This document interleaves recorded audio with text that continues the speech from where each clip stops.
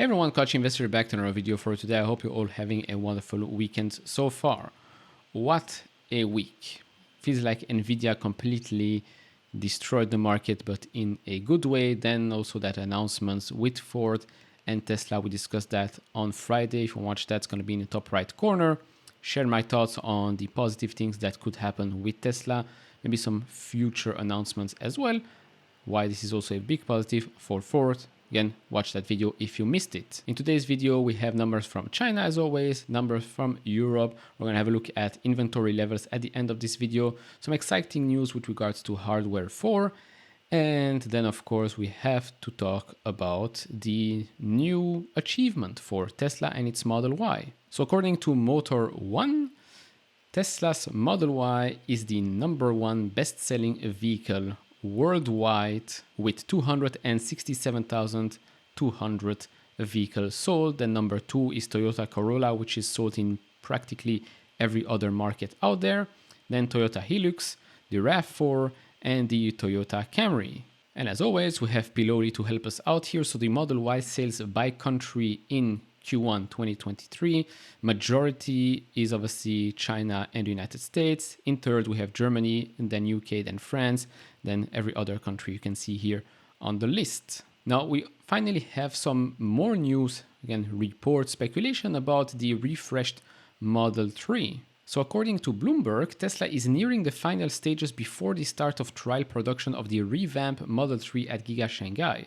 The updated Model 3, codenamed Project Highland, internally is slightly longer than the earlier version, is sportier and has a sleeker interior design.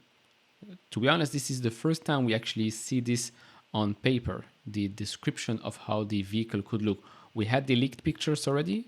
Now we have this. I think we're getting very, very close to a potential launch. And if I would guess, it wouldn't be too crazy to launch the Cybertruck and a new Model 3 at the same time. And of course, to prevent further leaks, they say here, furthermore, workers at Giga Shanghai working on the project have been reportedly told to lock away their mobile phones in special lockers to prevent photo leaks of the production lines. Part of Giga Shanghai may be shut down for a few days at the end of the month, the sources said. So of course, this will probably hit the numbers that we get out of China because of this little shutdown. Again, remains to be seen what actually happens. Then we have some news out of Australia. So Tesla gets a seat on car lobby board as Toyota steps down from chair.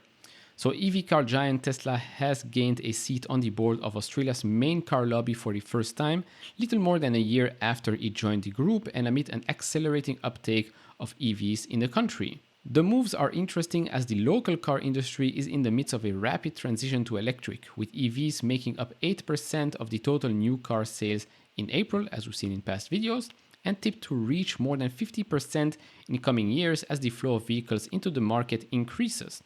However, there's still big resistance to the transition from the incumbent car industry in Australia, and the role of lobby groups like the FCIA will be crucial as the federal government considers the speed and intent of the proposed vehicle emission standards. Then we have a comment here from Tony Weber.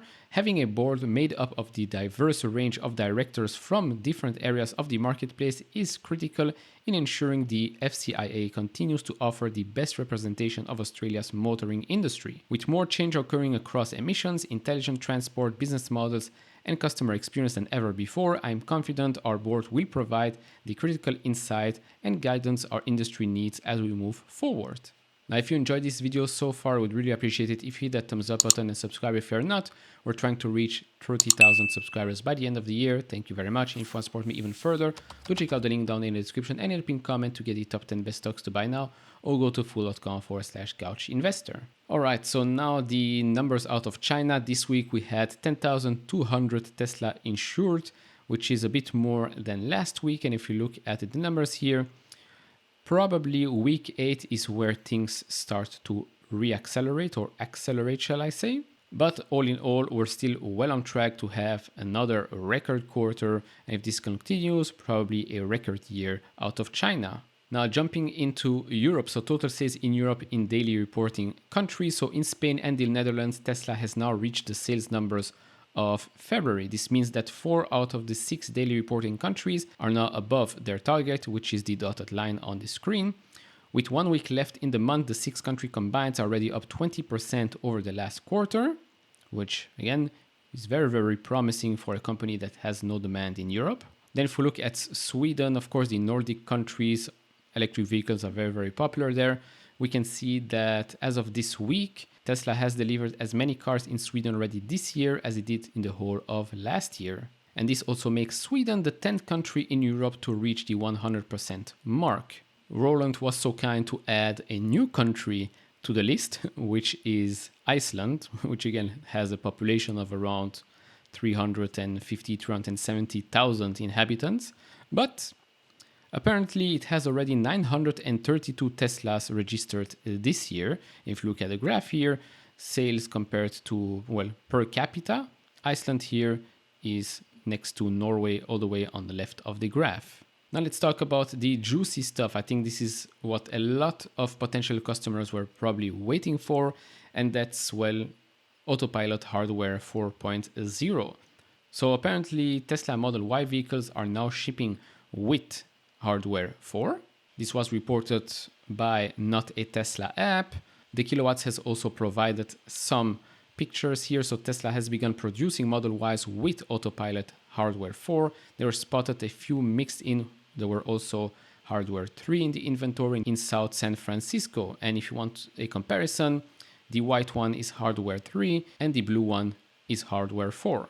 Now, of course, it remains to be seen when the full transition will be made across the board, but it's already nice to see some vehicles out in the wild. Well, wild-ish.